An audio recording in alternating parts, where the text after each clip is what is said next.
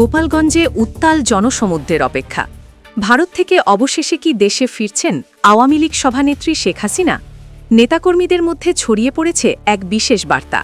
রাজপথ দখলে নিয়ে শক্তি প্রদর্শনের নির্দেশ দিয়েছেন তিনি।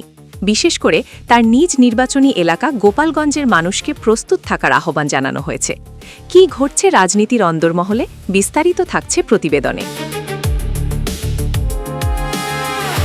রাজনৈতিক অঙ্গনে নতুন করে তোলপাড় শুরু হয়েছে শেখ হাসিনার সম্ভাব্য প্রত্যাবর্তন নিয়ে।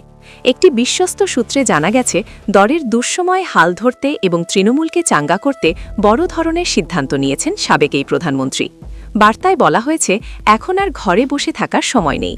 বিশেষ করে গোপালগঞ্জ, যা আওয়ামী লীগের দুর্ভেদ্য দুর্গ হিসেবে পরিচিত, সেখানকার প্রতিটি নেতাকর্মী ও সাধারণ মানুষকে রাজপথে সক্রিয় হওয়ার বিশেষ আহ্বান জানানো হয়েছে।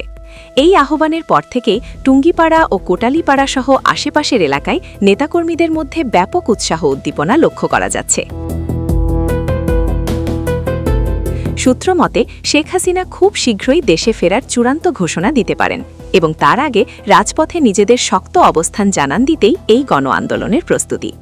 আন্দোলন ও শোডাউনের কেন্দ্রবিন্দু হিসেবে গোপালগঞ্জকে বেছে নেওয়া, নেতাকর্মীদের ভয়ভীতি উপেক্ষা করে মাঠে নামার কড়া বার্তা, ভারত থেকে দেশে ফেরার প্রক্রিয়া ও সময়সূচি নিয়ে বিশেষ গোপন বৈঠক, সারা দেশ থেকে নেতাকর্মীদের ঢাকায় জমায়েত হওয়ার প্রচ্ছন্ন ইঙ্গিত।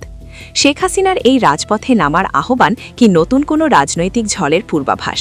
সাধারণ মানুষ এবং প্রশাসনের প্রতিক্রিয়া কি হবে তা নিয়ে চলছে নানা জল্পনা কল্পনা। আপনার কি মনে হয়, শেখ হাসিনা কি এই মুহূর্তে ফিরতে পারবেন? আপনার মূল্যবান মন্তব্য কমেন্ট বক্সে লিখে আমাদের জানান। পরবর্তী খবরের জন্য আমাদের সাথেই থাকুন।